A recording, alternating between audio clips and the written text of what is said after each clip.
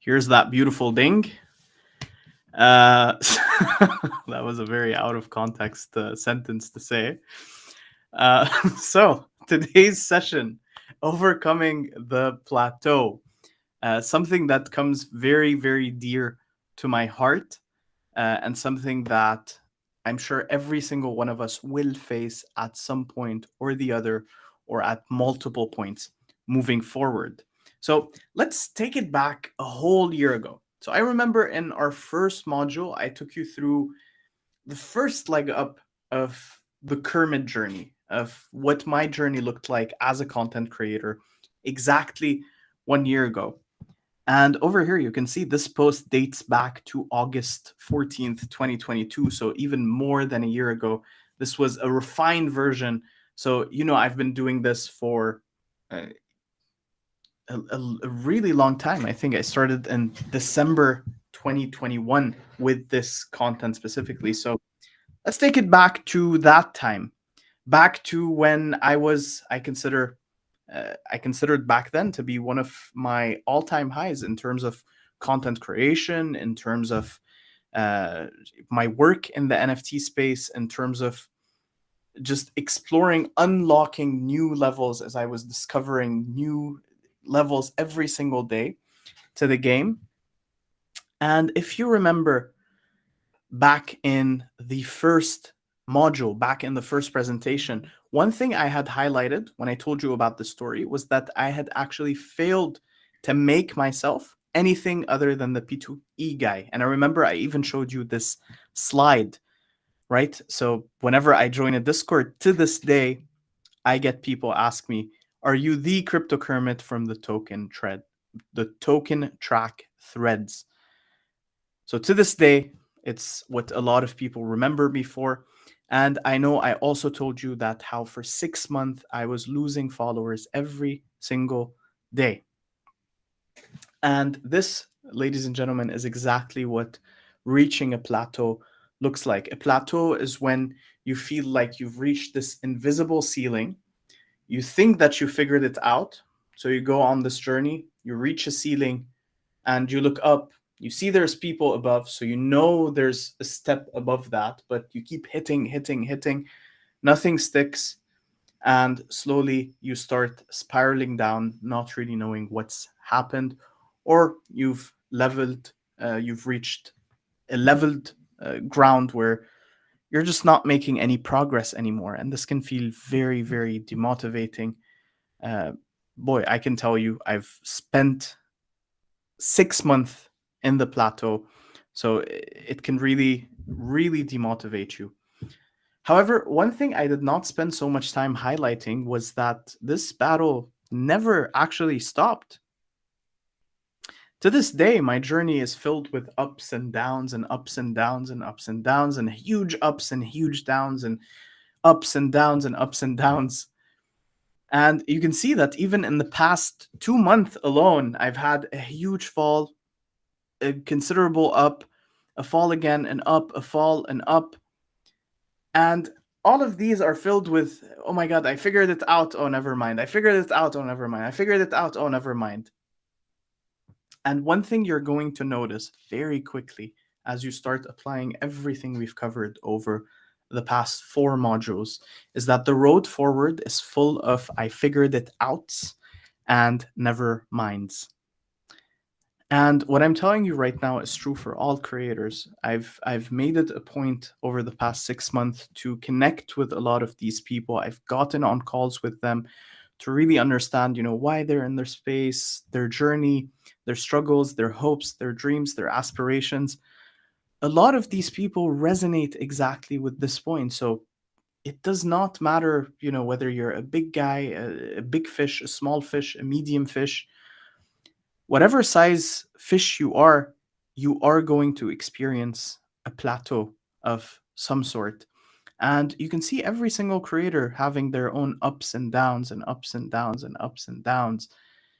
Uh, and a lot of creators, for example, Moritz ups and downs, he's been having them very, how can I say this? Very periodically. aligned to one another. Every month he has an up and a down, an up and a down. And this can be very, very frustrating. So the real question becomes not if you're going to face a plateau, it becomes what do you do when you reach a plateau? So I wanted to invite a very good friend of mine, Jordan Peterson, who unfortunately was sick today. He called the meeting off. So instead, you guys are stuck with Kermit B. Kermitson with his New York Times bestseller, 10 Rules for Creation. So this is Kermit B. Kermitson. This is his bestseller, as you can see, An Antidote to Chaos. Rule number 1, always keep tabs.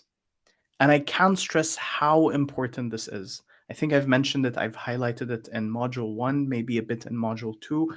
I wanted to make sure that I gave it its own time and space because I would not have been able to break out of the plateau were it not for me keeping tabs of every single thing that I'm doing. Why? So that I can know what I'm doing wrong, what I'm doing right, what is working, what isn't working. And in fact, you can see with this very sheet, this is my actual sheet, the one I used today. The very first date is January 15. And if we go all the way back to that chart, when did I start making progress?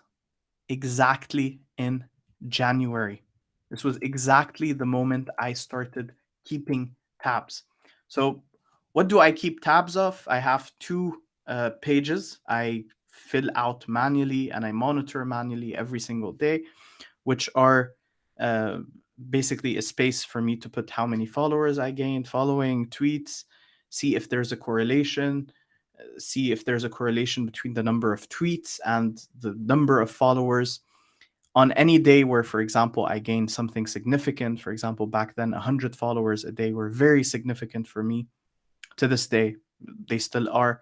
So I would put a note, for example, this is what I've done, uh, to gain an understanding, a clue. All the X's are the days I were shadow banned. And if you go on the actual list, it's full of X's, full of me getting shadow banned and then back up, and shadow banned and back up. Leon is laughing because he knows my frustration with the mighty shadow bans. And the other page was full of the content I posted. So the date, just an idea, just for me to know, what piece of content it is, the type of content, the views, and the link, so I can go ahead and revisit it. And one thing that is important is I made this sheet myself and I wanted to track those exact metrics and those exact numbers. For you, maybe number of views isn't important. Maybe percentage of engagement isn't important. Maybe you are you're not monetizing, you're optimizing for DMs. Maybe you're optimizing for connections. I remember it was Bubbits. I don't know if Bubbits is here with us today, but Bubbits in a call in one of the modules, he said what he tracked is when's the last time he sent a DM to someone, when's the last time he got on a call with someone. So he's obviously optimizing for connection, which is very powerful as well, and it's something I am yet to optimize for. I am horrible with my Twitter DMs. They're cluttered with a ton of DMs, and I barely manage to get through, which is where I know this is an area of improvement, for example, for myself, and maybe a good idea for me to add a third page to this sheet. So what I wanted to do is simply just make a template of exactly the sheet that I use for you guys. So after this presentation, when I share the recording, when I share the presentation itself, the slides themselves, you will also have a template of the Google Sheet that I use, so you can use it yourself and remove anything you don't like, add anything you like, and do it at your own pace. Now, I have to say, I do not add, for example, here, it's all the posts I make. I do not add them every single day. I do not update the sheet every single day. I might get lazy sometimes and then update it at the end of the week. However, it is very important that if you do this, You don't get too lazy, because then it's happened to me before where I've come 2 weeks late and I had to spend a good 20, 30 minutes to put everything that I had missed. So, again, rule number one, very important for you to always keep tabs. This will get you 50 steps ahead of everyone else. Uh, know exactly what worked, when it worked, how you can recreate it, what you can recreate to even begin with, which is a big struggle for most creators, because you ask most people, what have you done in the past that worked? I don't know. Rule number two, gather feedback. And we had a space last week, last Wednesday, Leon and I, and we asked some of the creators, what are some rules you also live and die by? And most of them, I think we had 8 panelists, 5 out of the 8 said they gather feedback religiously. They always go to their audience to see what their audience enjoyed the most. So if you're not tracking data, if you're not doing this, how else are you going to get feedback from your content? So asking what your audience likes, for example, here, lately, which of my content have you enjoyed? What would you like to see more of? Or it could be something like you trying to figure out what your audience engages or would like the most. You could give them options. Polls as well is a very good idea. Short form, threads, videos, or other. Always make sure to gather feedback. Rule number 3. Oh, hold on. I need to hard refresh. Sometimes the slides do this. And share again. There we have it. Boom. Done.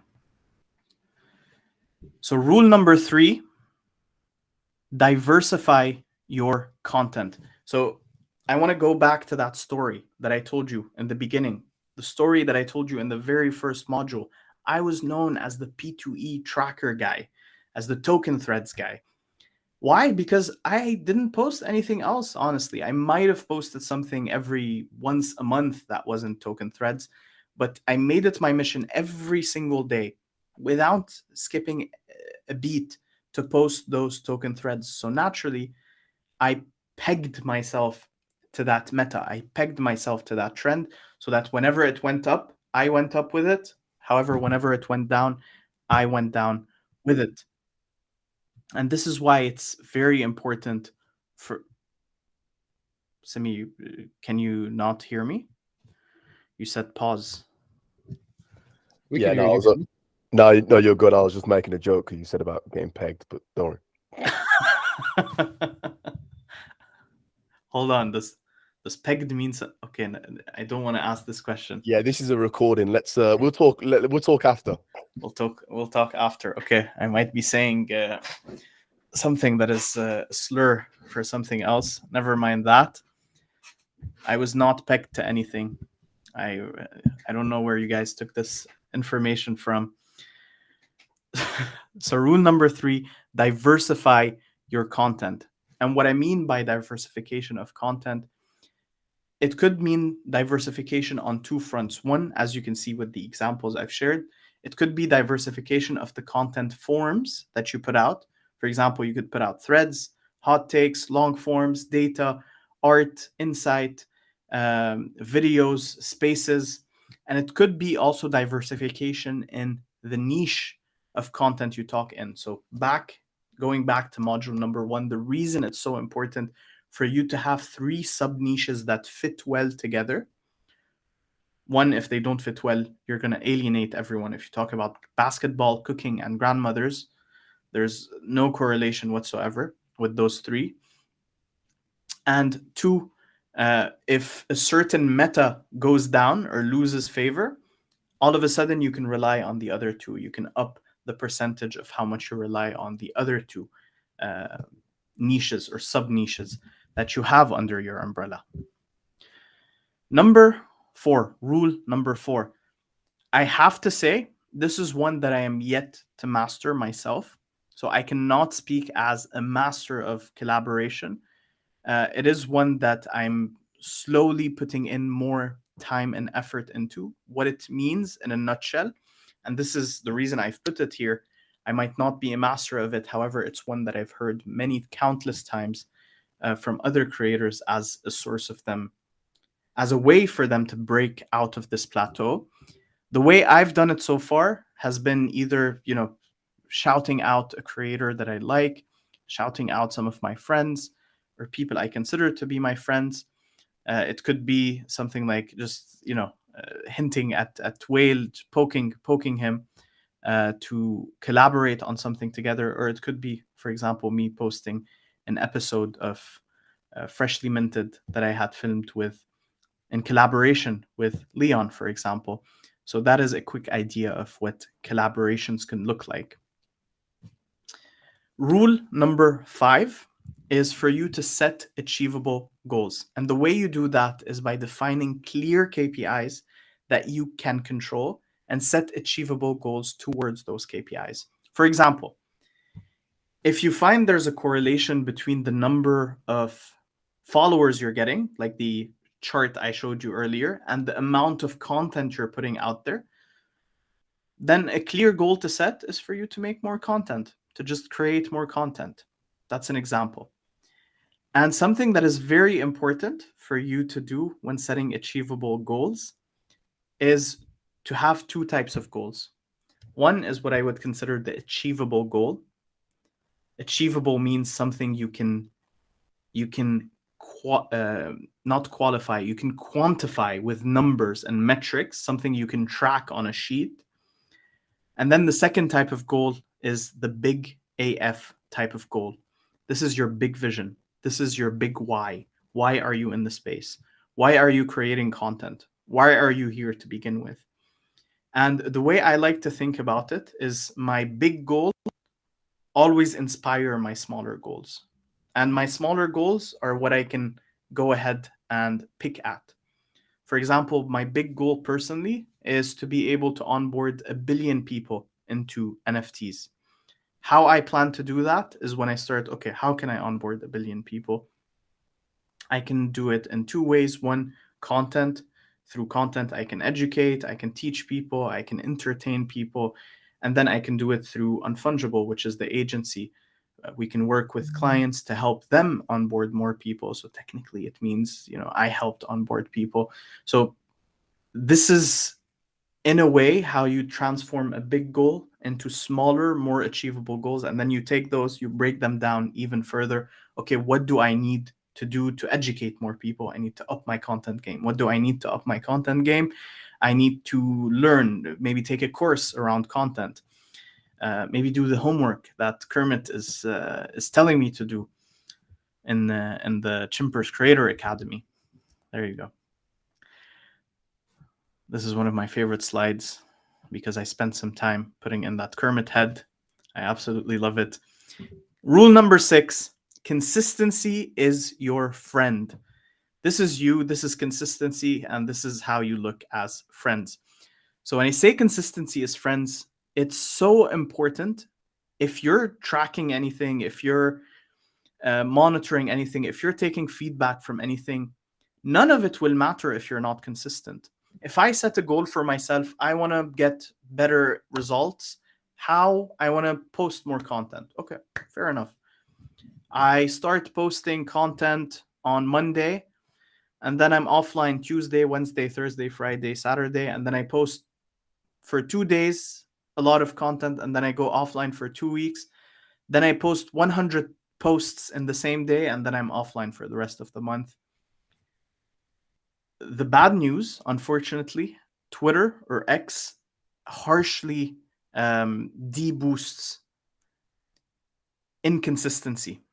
If you skip a lot of days, if you're inconsistent with your content, if you're inconsistent with your work, this isn't just true for Twitter or Web3.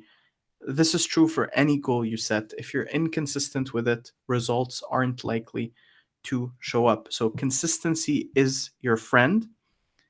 This one is very important to my heart, very dear to me. Burnout isn't your friend.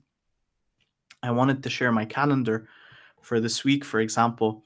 And one thing that stands out in my calendar, this is very polarizing. This is very unusual in Web3. Every person I go on a call with, for some reason, they work 24/7, which the space is 24/7. So understandably, people work 24/7. My best friend is this. The fact that I block my calendar after 6. I do occasionally, cheat. For example, the Creator Academy does go 30 minutes. Shiv, for example, he invited me. He's a good friend of mine. He invited me to a space. I might cheat, break my own rules and laws every now and then. However, this chunk for you to be able to recharge and never burn out is very important, because without it, this is a slide I worked a lot on as well. Without it, you will not be able to do something that is outside of Web3. You won't be able to go cycling to the park, where you'll be able to walk, where you'll be able to go canoeing. I love that the slides I spend the most time on, I make them, I put the least words into it. So I need to do the reverse, where I prepare a long speech for the slides I work the most on. So rule number 8, this is such an important one, and that I've personally only discovered 6 months ago, which is make friends. What it means, it's connect with as many people as possible. And this is, for example, one of my very meaningful friendships that I've cultivated in the space. I scrolled up all the way up to the first DM I sent this person, and it was, "I appreciate you, brother." That's it. That's all it was. And I'm not sure which module it was that I shared this with, but there are 3 types of DMs that you can send to people. One is the value DM, where you offer someone value. 2 is the question DM, where you ask someone a question. And 3, it's my favorite, it's what I personally use 99% of the time. It's the compliment DM, where you just compliment someone for inspiring you to do something, for just doing great work, for just being around. I mean, there's a lot of great reasons to compliment someone, and this obviously always opens a door for conversation between the both of you. And in my mind, really, there are 4 levels of connections. There's people that where you engage with every now and then. You might leave a like on their post, they might leave a comment. There's the DM level of connection, where you've maybe exchanged a few private messages. There's the call level of connection, where you've either went on a voice or a video call with someone. And the last one, my favorite, there's the homie, the person you really vibe with, you really get along with. And that is the ultimate form of connection. And one thing that is important, very important for you to do if you want to break away from the plateau, is cultivate especially those 3 types of connections. Obviously, the smaller you are, the more I would push you to cultivate the homie type of connection.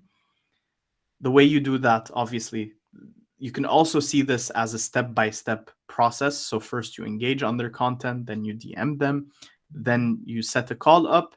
Then if you like the person, you don't have to be friends, you don't have to be homies with everyone. If you like the person at the call stage, then you can become homies. And obviously, if they like you too. If you don't like the person, then just, that's it. I've called you. That's it. Let's leave it at that. And obviously, the more homies you have, you can't have, unfortunately, infinite homies. So as you clog up your homie type connection, then you want to break up on calls. As you scale up on calls, you're not going to be able to, you only have, unfortunately, 24 hours a day. You rake up on DMs. And then once you've raked up on DMs, then you focus on this. But it's very, very important for you to do this for, honestly, just one very important reason. The fact that when you make friends in the space, all of a sudden it's not you doing this on your own. It's not you showing up to a volatile space, a crazy space, a place where everything and anything happens and there's something crazy happening every 24 hours. Your portfolio is just tanking every single day. Your crypto bags are down 99%. It's not going to be fun or as fun as if you do it with obviously a friend or a group of friends where you can share your thoughts around the market, you can share your thoughts around the space, you can share your hopes, you can go out occasionally with them if they live nearby. So that is rule number 8.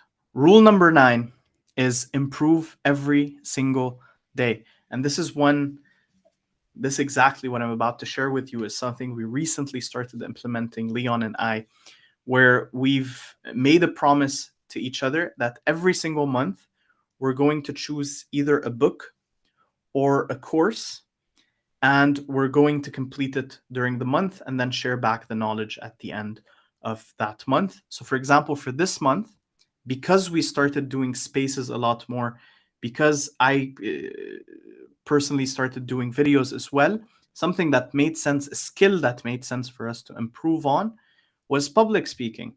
How can we get better at how can we be the best at public speaking? And this is why we are currently taking the course by Vin, such a wonderful course. If anyone is looking for anything public speaking, Vin is just amazing. I think I'm 25 or 30% of the way through, and it's just full of gems, full of value. Very good course. But the reason I put this as a rule is your engagement can go down, the market can go down. However, your skills is something that you can control. And if you notice, all the rules from 1 to 10 are all things that are in your control. It's in your control to track your data. It's in your control to ask for feedback. It's in your control to implement your feedback. So in a market where almost everything happens out of your control, take the little things that you can control and optimize for them as much as possible. And the last point, this is my favorite, is practice patience. It's one of the hardest ones because it's not something that is obvious for many of us. How we practice patience is I just saw the comments, by the way. Kermit's a freak in the tweets. Kermit, you don't want to know. I love the comments. I just noticed them. So practicing patience.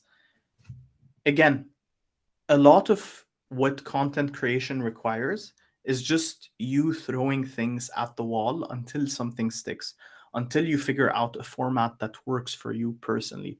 For example, if we go back to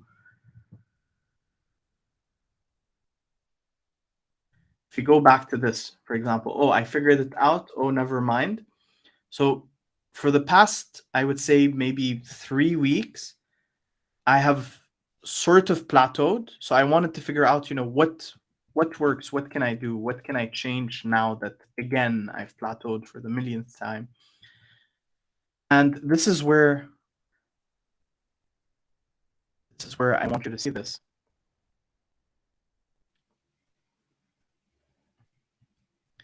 What I started doing is every day I challenged myself to try something new. Hey, there you go. It paused at a very good space, at the best place it could. So every day I challenge myself to post something that I usually would not post, to try something new, something outside of my comfort zone, and seeing what sticks. Yesterday, I was like, okay, I do not understand the algorithm anymore. Nothing makes sense. What is this? What are we doing in the space? What is happening? And then I decide to make a post that I would never make usually, which is this. Drop a comment under this to become a box. Before posting, I thought to myself, surely not. Surely not. I'm 1,000% sure this won't work, but I've challenged myself to try something new. This was something somewhat new. I was like, let me post it. Worst case scenario, no one sees it. Next thing I know, this is one of my top performing tweets of the week. And as you can see, it ended up being fun. What this post taught me, as silly as it was, this is Timpers, by the way, has turned out to be very, very cool. What this post taught me, beyond just getting me the engagement, the metrics, oh, it's one of my top posts of the week, it taught me something even more valuable than this. It gave me a glimpse of what people are prioritizing right now in this market. Because one thing I've noticed, so one thing I went and did is I analyzed every content creator's reach. I wanted to see, am I the only one that's falling down in reach, or is there more to the story? So I went and saw every single creator just go down in reach. And this led me to thinking, is it that Twitter has suppressed the word NFT? Is it that there's just not as many people on Twitter? Is it that no one cares about NFTs anymore? What is it? And this post right here, it gave me the level of insight I needed to unlock, which was people right now want to have fun. People right now are burnt out of, the posts telling them they're going to lose money, they're going to win money. I don't care anymore. I've lost 90% of my money. What's left isn't even valuable. Please stop telling me if I'm losing more money or I'm gaining money. I don't care anymore. I just want to have fun right now. And, this wouldn't have been possible without a post like a very, very good sequence of posts I've chosen there.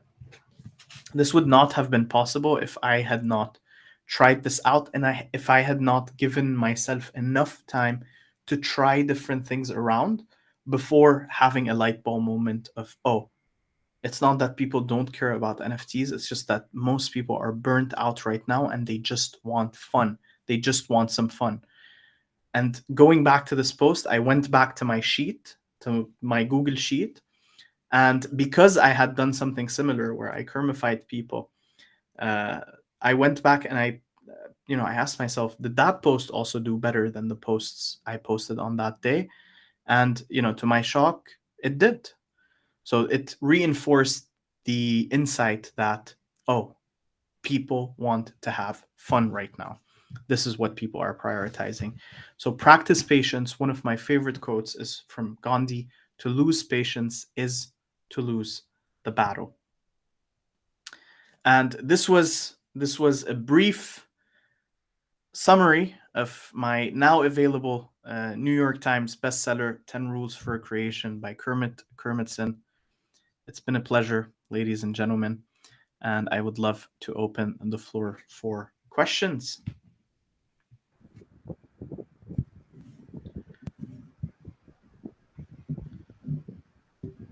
In the box was out of the box thinking. Man, honestly, I really, so to give you a bit of a fun story, I was like, what if I just gave people a JPEG of a rock? Like, just drew in a rock and gave it to people and was like, here you go, adopt a rock. And I was like, no, that's silly. I need something sillier. Like, I wanted to get as silly as possible. I was like, what if I turned people to box? And it ended up looking like a Minecraft character. I was like, it's cool. It's a bit complex. Let me try it. It ended up working, but you're likely going to see me post at some point a picture of a rock. So just some alpha. Let's see who raised their hand first. Agents, you're first. What's up, brother? And then we'll go to Jose and then Craig. How's it going, everyone? I'm just getting used to my public speaking. Still a bit shaky because I get a bit nervous when I do this public speaking things, but the more I do it, the better I become. And yes, I'm going to take Leon up on that DM because I'm very interested in learning. So I got a couple of things. I first have an apple to peel with Kermit. He didn't kermify me, and I didn't get the pixelated box. That's the only reason why I've come up to speak today, because I'm fuming that I didn't get this done. No, but on another note, I really appreciate these academy classes.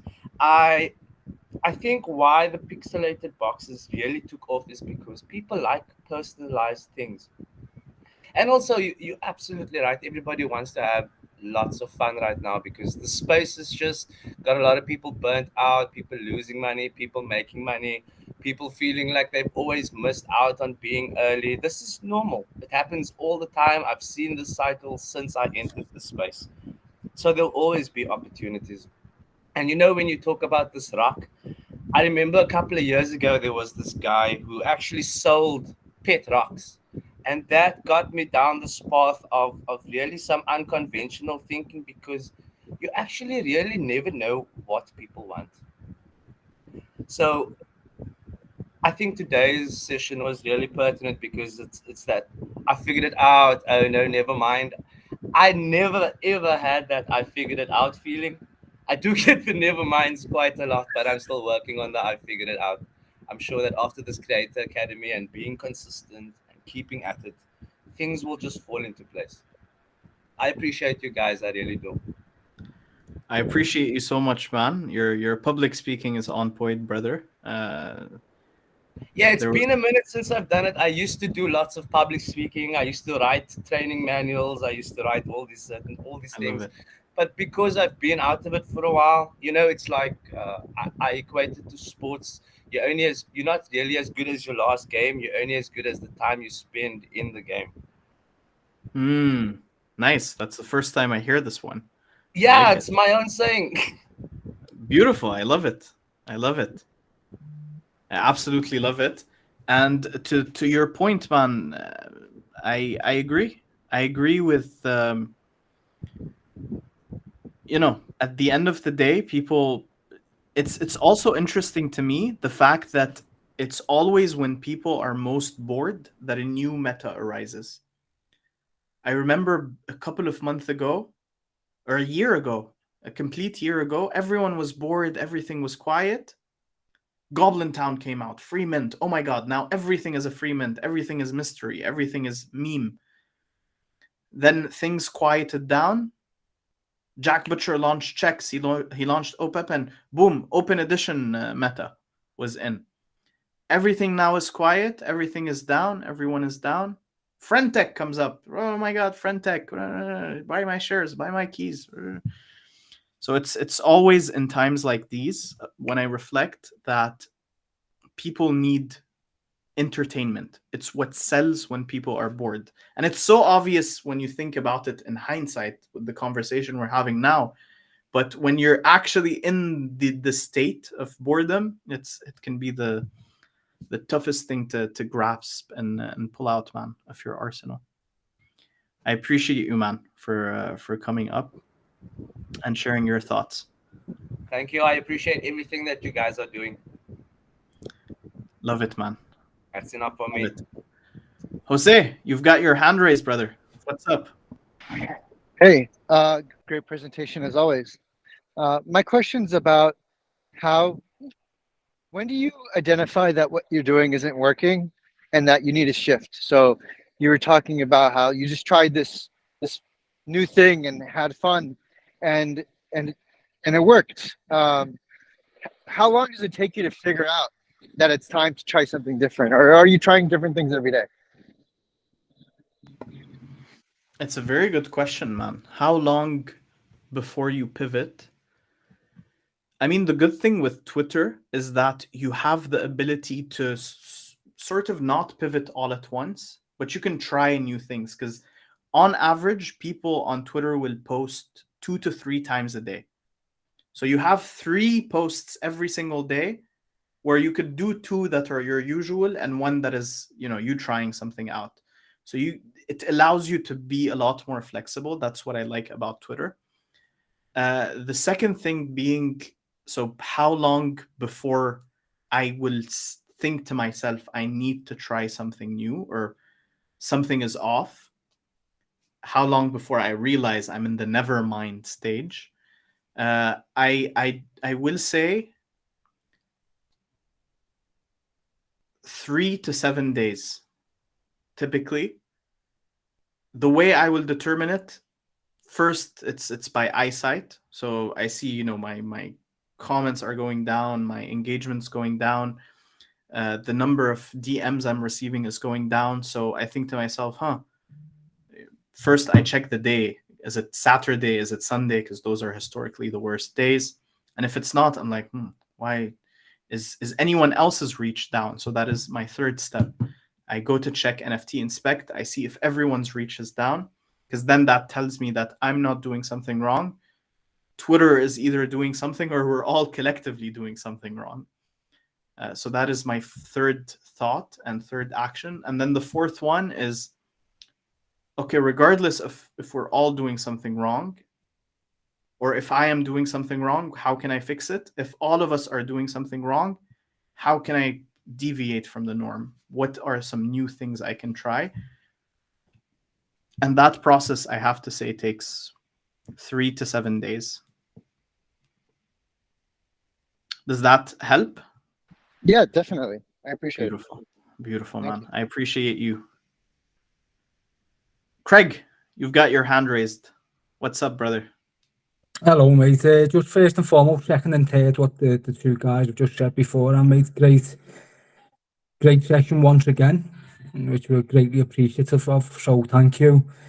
But mine, mate, I've not really got a question as such. It's just something what we spoke about earlier in the week, and I brought up last week in the session as well regarding shadow bans. You touched on it very, very briefly earlier again, and the last question there was just circled around kind of your engagement, your reach and things like that. So, of course, I brought it up last week because I found mine was significantly down, and I done as you would advise, you know, get your alt account and look into it that way, and noticed that my replies were in the hidden section.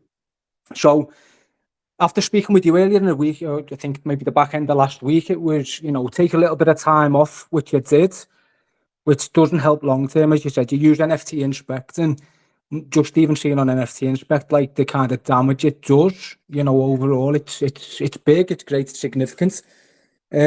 So I was listening to a space the other night with NFT God, and someone come on stage and said that they'd been shadow banned for 6 days, and they'd basically gone back through their tweets, their replies and things to see what, you know, was there anything that maybe stood out. So on Sunday, I said, doing what you'd even advise, you know, take a day or two off, which I did. Come back, I sent a post. I think I replied to account Liverpool, you know, football. Replied to that account, and it was fine. And then 20 minutes later, replied again, and it was in the hidden replies. I thought, how can you shake this? How can I shake this shadow ban? Because after my account being suspended, 6 months ago, I've been plain sailing since. So I thought I'll look back through the posts. So I think you can check into your analytics now, and this may or may not be maybe useful for some in the room at the moment as well. But I've gone back through all of my replies, literally spent like 2 hours on Sunday just scrolling back, and then I started getting to it. I scrolled back to a point where I could see comments to accounts where you get a good, let's say, engagement rate on it.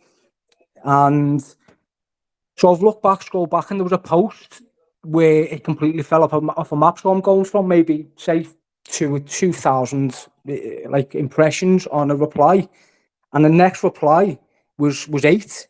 So I've clicked into it, and it was a reply to Dylan Danish, if I'm pronouncing the name right, but Dylan Danish, who's kind of been pretty big on the timeline at the moment. And the post had been deleted, the initial post. So this was Sunday. So I've deleted my comments. I've got up Monday, and I've just got on with my day as normal, no shadow bans or anything. And today, we're only, 48 hours in. I've had absolutely no problems. So that's worked for me, deleting that post. What it's identified is, why did they get shadow banned in the first place? Secondly, how can you then turn the clock back on itself and get unshadow banned? So, like you say, you know, just overall engagement, whilst I've been shadow banned, there's a couple of factors. I've not wanted to be on Twitter because I knew the reach weren't where I wanted to be. You know, it weren't forward steps, I weren't moving forward. I was just static, and not even static, but going backwards. Posts were just not getting the engagement. So overall, the impact that it has on you is big. So, like I said, no, mate, I've not got a question as such, but I just wanted to share that with you after speaking to you. And with it being a pretty hot topic in the space at the moment as well, mate. So I said some people might find that useful. Some others might not care. but it worked for me. So like I said, I just wanted to share that with you lot. Super valuable, man. I don't think there's anyone in this room where what you said does not impact. Shadow bans are such a strain in the back. There's such a strain on what we do. I personally relate with the struggle of consistently getting shadow banned time after time.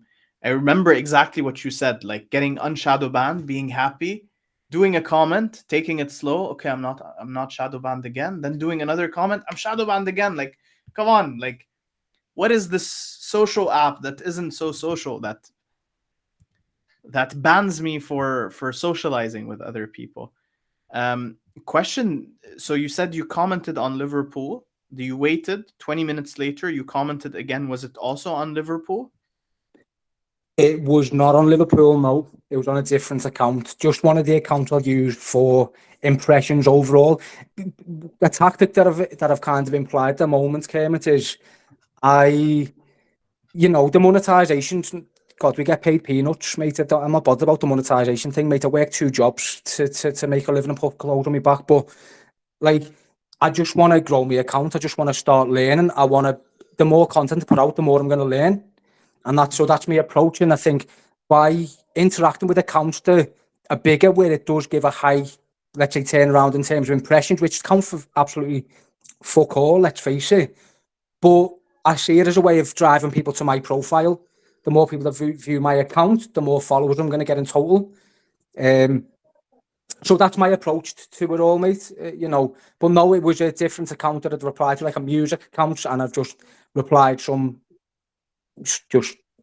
basically meaningless kind of comments. And as I said, I just picked up on it straight away. I was like, how can I shake it?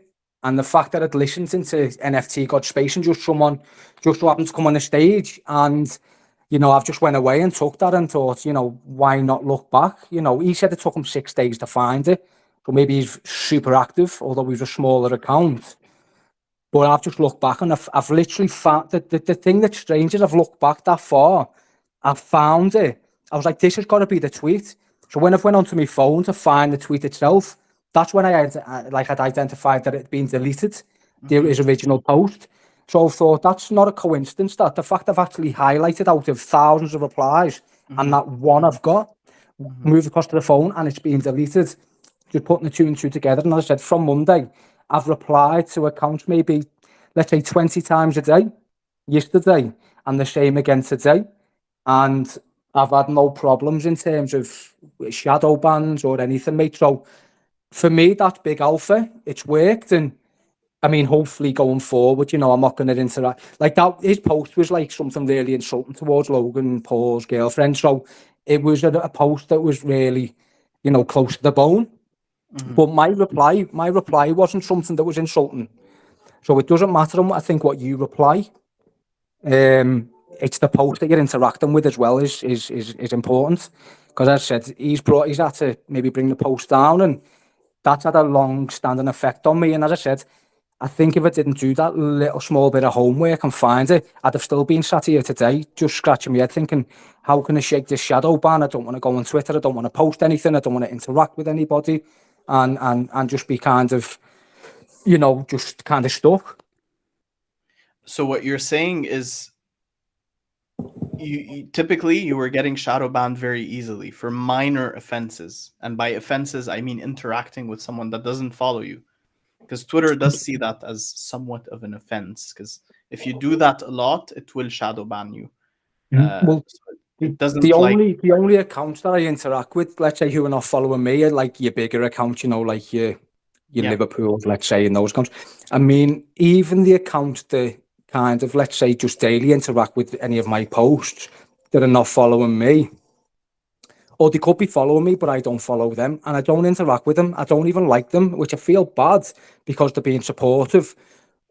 But because of obviously my recent like situation with the shadow ban, I think I'd rather just not interact at all, and only with the people I'm actually following. I say it's hard at the moment because you got a lot of people on there who are they're out grinding daily, and you know the amount of DMs I'm sure we've all had, like, you know, follow back, and I'll always look at the profile, and they just send a GM post out every 3 days. I'm thinking, you're not the kind of person I want to follow, really, if I'm being brutally honest. Not only that, I'm not too interested if you're following me, mate. You know, I'm more than happy for you to leave my timeline. I said, I'm just trying to curate the timeline where it's people who are like kind of aligned. You know, the building. I'm by no means any form of content creator, but I'm learning. I want to get better, and the likes of this, mate, it only helps. Like, it's going to help a lot of us, and you know, there's a lot of people here who've spoken to on a one-to-one basis as well, mate. And like I say, it's great to see such an aligned kind of group of lads here, and Mira thinks the only lady that we've got on the course. But yeah, mate, it's great to see, and hopefully we'll see where we all stand. Let's say looking 6 to 12 months ahead, you know, where we're all at with things, mate. So yeah, I've kind of went sidetracked a little bit there, mate, but Very nice, man. I love it. I appreciate that. So just to clarify, what you're saying is deleting that post that was a reason for shadow ban back then. It made your account less likely to get shadow banned again. exactly, Kim, as I said, Very you good. know, Very good. it's literally Sunday. I've deleted the post, and since Sunday, I've just went about my way on Twitter as I normally would. No issue. I've heard this, by the way. I have to say, I tried it myself. It did not work for me, but the fact it works for you, I think, is more than enough alpha for everyone to try it, at least, because there's no harm. There's no harm in trying it, and it does work for a lot of people. So if you're ever shadow banned, like Kret said, go back through your posts, see something that looks off, maybe a post where you have very low impressions on, all of a sudden, delete that post, and then see if you're still shadow banned. I appreciate the alpha, man. I love it. OD, you've got your hand raised. Hey, how's it going? How's it going? Thanks again for another nice course. I was a little late today, and shout out Craig for that alpha. Um, my only question was, what was the name of that public speaking course that you're taking? I will have to summon Leon, who was the one who purchased the course. Leon, what is the name of the course? Trying to find it on my end. Stage Academy by Vin. By Vinny? Vin Guang. Hold on, let me I'll check it out in the chat. I'm just giving you alpha. If anyone of you guys is interested in learning, just DM me on Twitter. I'm not gonna say anything else. All right. All right, cool. Because I've been looking in, like, you know, not only just the spaces thing, but just like in general, like speaking or like public speaking in general. Like, I've looked into courses in my neighborhood, but Most just important like thing, you, frankly, recently been developing that skill and learning and paying more attention to that. And the only way to change the world is to be a good influencer, to be a strong influencer in the sense where you influence people for the better. And at the core of influence is communication. How good are you at communicating? Communication exactly. swings the elections. Communication moves the world. It changed the countries. The best leaders are the best communicators.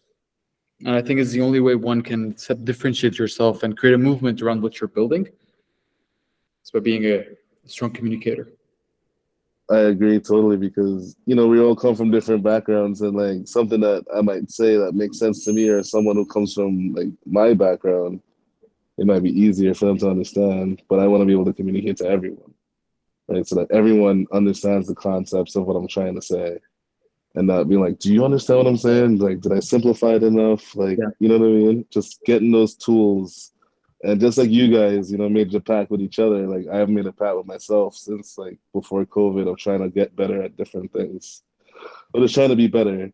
And like, you know, I've taken a short film course, like just doing more courses, and like, you know, I want to do like a UI UX course, just like put more tools in my tool belt so that like I'm not stuck in a niche even at work, right? Like if I want to move from my job, I can move and I can go do coding or something else, or go speak at a radio station or whatever. You know what I mean? And yeah, so it's awesome to hear other people who have that same mindset of like, just not settling, not being comfortable, and try to progress. And I love it. Shout out to you guys, man. And I will be in the Appreciate you, DMs, OG. Leon. Appreciate you, man. Man, shout out to you, man. I absolutely love it. It's always admirable when someone takes the initiative to push themselves to better themselves every single day, man. Shout out to you. All right, ladies and gentlemen. Wrap up. Maybe we want to remind everyone that next week Yes, we're skipping next one week. Absolutely, man. So as a quick reminder, I said it in last week's modules. I'll say it again today. Next week we will not have our session. Instead, we will postpone it to the week afterwards. So just to confirm, so we are not meeting on the 26th of September. Instead, we're meeting on the 3rd of October. And that would be our sixth module, our very last module, to wrap everything up. The topic will be learning from success leaf trails. How can we learn from other people that have succeeded in the space? What are some other content creation forms that have been successful? We will be also, as I'm saying this, I just remembered tomorrow's we are hosting, Leon and I. Leon is actually traveling today. I will be hosting a space around content creation routes, inviting different creators. So if anyone wants the extra insight, extra alpha around that topic, we will have a space about exactly that also tomorrow. So apart from that, I love you all. We'll see you in exactly 2 weeks' time, same location, same channel, same everything. October 3, same time. See you all in 2 weeks' time. If you need me, if you need Leon, please feel free to send us a Discord message. Feel free to send us a Twitter message, and we'll be there. Beautiful. Hope you all enjoy your week, and can't wait to see you on the 3rd.